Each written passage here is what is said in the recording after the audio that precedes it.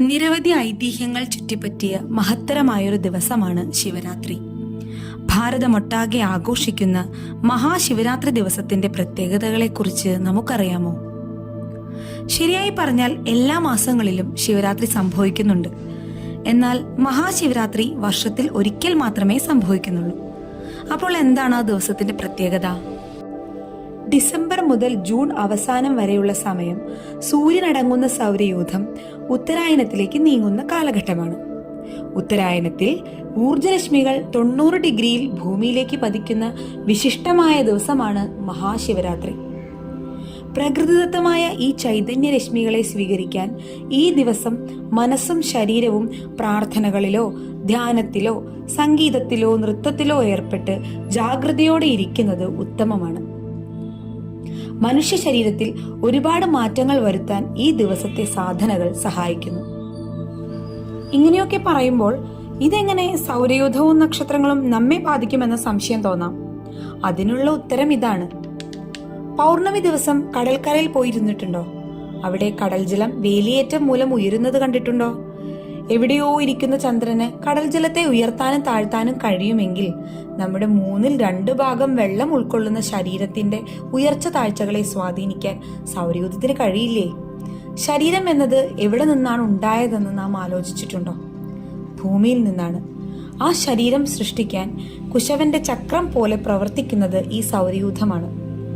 ഇതൊരു പരമമായ സത്യമാണ്, പലർക്കും അജ്ഞമാണെന്ന് മാത്രം.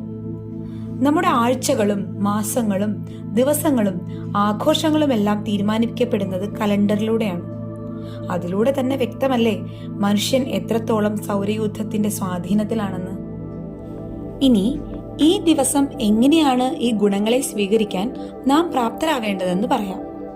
നമ്മുടെ പൂർവികർ പറയുന്നത് പോലെ ശിവരാത്രി ദിവസം രാവിലെ കുളിച്ച് ശിവക്ഷേത്ര ദർശനം നടത്തുകയും പഞ്ചാക്ഷരി മന്ത്രം ജപിക്കുകയും ചെയ്യാം. ക്ഷേത്രത്തിൽ കുറച്ചു സമയം പ്രദക്ഷിണമായോ ധ്യാനമായോ സമയം ചിലവഴിക്കുന്നത് നമ്മുടെ പ്രാണശരീരത്തെ ശക്തിപ്പെടുത്തുന്നതിന് സഹായിക്കുന്നു. അന്നത്തെ ദിവസം ഉപവാസം അനുഷ്ഠിക്കുകയോ ഒരിക്കൽ ആഹാരക്രമം സ്വീകരിക്കുന്നതോ ഉത്തമമായിരിക്കും. കാരണം വൈകിട്ട് 6 മുതൽ രാവിലെ 6 വരെയാണ് ശിവരാത്രിയുടെ പ്രാധാന്യം കൂടുതലുള്ള സമയം. ഉറക്കം ത്യജിക്കാനും ധ്യാനത്തിലും പ്രാർത്ഥനകളിലും ഏർപ്പെടാനും അല്പാഹാരം സഹായിക്കുന്നു. നട്ടെല്ല് നിവർന്നിരുന്ന് ജപിക്കുകയോ ധ്യാനിക്കുകയോ ആവാം.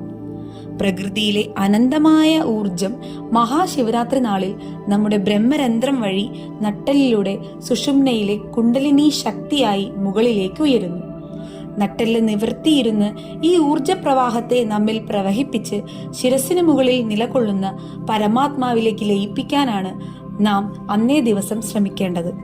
അതുവഴി അഭൗമമായ ആ നിർവൃതി നമുക്ക് നുകരാനാകും.